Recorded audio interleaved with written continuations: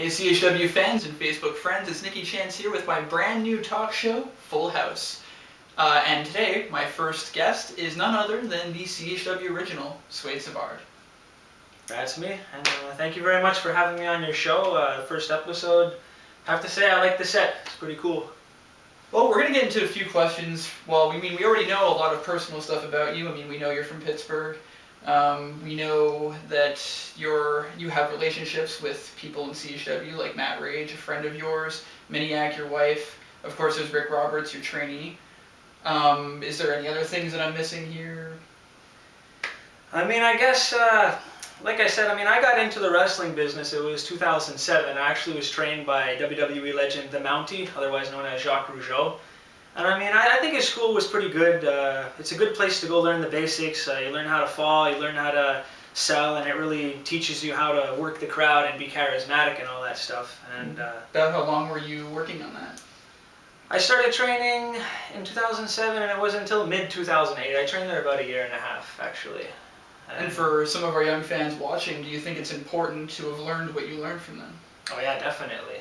I think training is the #1 important thing to do in any wrestling aspect, whether you're doing backyard, whether you're into the indies, whether you want to go to the big times. You have to get a training, otherwise it's just not going to happen.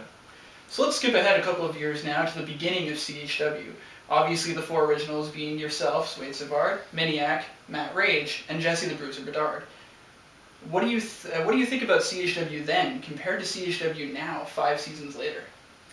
Well, honestly, it took a bit of time. As in, I always believed that CHW had a very strong product since day one, but it took us a while to really start getting that notoriety on the internet with YouTube and all that stuff. So, when you look at our numbers now, it's phenomenal. CHW has grown into such this amazingly huge thing, and I'm just very lucky to be still a part of it after 5 years. They still keep my ass employed. And even when you think about it, fans just generally like to see you and your wife wrestle. You look at numbers, you look at things in general, people seem to think that you're the poster boy of CHW. Did Agent Exile tell you to say that? Hey, you know what? If fans want to follow me, I say let them. I've been here since day one. Why do the fans like me? I don't know. I talk to them, maybe I'm good. I don't know, Nikky. What do you want me to say? Just that. I'm not the poster boy. If I was, my face would be on the CHW website, and it's not, so. Well, moving a little bit ahead here, your FTW challenge. You made it back in season 3, you took on Innovator, took him out, and then you came into sort of a roadblock with Executor. What exactly happened to you there? I'm going to have to ask myself the same question. After the beating that I took from Executor, had my hands handcuffed behind the backs, 3 people beating my ass to death, that changes a man. That definitely changes a man. And I think that was the beginning of the downfall of my career. But as you've seen, I've recently turned it back up a notch. Yes, you have, but 3 years without a win, that's really got to play on your head. Oh, really? Were you counting? Was it 3 years, really? Yeah, 1, 2, 3, I just got to say. Yeah, well, 2 wins in a row right now, so. That's true. Keeping score. With the challenge, you did go on to defeat Devastator in a last man standing match, no less. You were pretty dominant throughout the entire match. Of course. Despite him being and showing that he's been a beast recently, like he beat Rick Roberts, your trainee, in a rather dominating performance where he, squeezed the life out of him. And then you went on to beat Executor in a chain match, I believe it was, and even that was quite impressive a victory for you, although a little bit more hard fought than I think most of our fans were expecting. I agree. Devastator put up a good fight, but I think there was something about me that week that I was so full of rage, and I found that Devastator was the one that all that aggression and sadisticness had to come out on. And I find it funny that you use the word sadistic, as you've been talking a lot about being triple S again, Sadistik Swede Savard. How has that impacted your performances so far? It's just a state of mind, man. You guys know me, I've done all kinds of crazy videos. I'm an entertainer, I believe, but I want fans to know that I can go in deep into the dark side of my soul and really rip someone's heart out if I have to.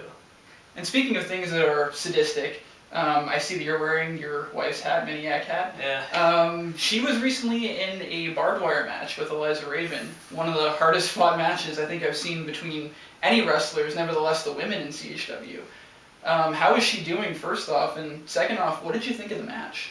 The match, I thought it was awesome. girls or not, I thought it was one of the best backyard wrestling matches I've ever seen in my life. And I mean, my wife, she'll be fine. She's been through worse. Of course, she has her bumps and bruises and cuts all over the place, but she will be back. She's tough. As we've seen in many intergender matches, yeah, she's definitely put up good fights. Of course, now me and a lot of fans are wondering what's next for the Pride of Pittsburgh. Actually, that's a very good question. You know what? I've been thinking about that myself, and I think I've come up with a solution, or an answer, if you will. There's one more guy that I've yet to beat in CHW. You know him? Talking Agent about Exile. Exactly, Agent Exile. I don't know if you've been following CHW since before you got here, but I've been having a rough time with this guy. He's kicked my ass quite a bit all over that backyard, and I feel that until I pin his shoulders to the mat, I can't say I've done it all in CHW. But why Agent Exile?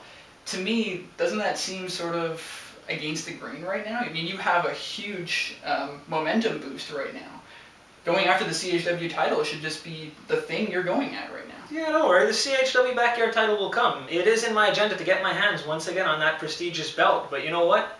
Agent Exile is the one in my way right now. I want to put him to sleep. Yeah, but what about that home invasion? What about the one-on-one match that you guys had, the grudge match? Look, Nikki. Agent Exile has beat Swede Savard on numerous occasions. He's never fought Triple S yet. So this time around, it's going to be a whole nother story. But adding one word into your name isn't going to change the result. How about this? You're his friend. Just tell him that he's next in the danger zone, alright? He's the next one on the road of the danger zone. And Agent Exile, if you're watching, I'm challenging you. You're my next victim. I'm telling you. Oh, there you have it, guys. Well, that's my guest, Swede Savard. And I'll see you next time on Nikki Chance's Full House.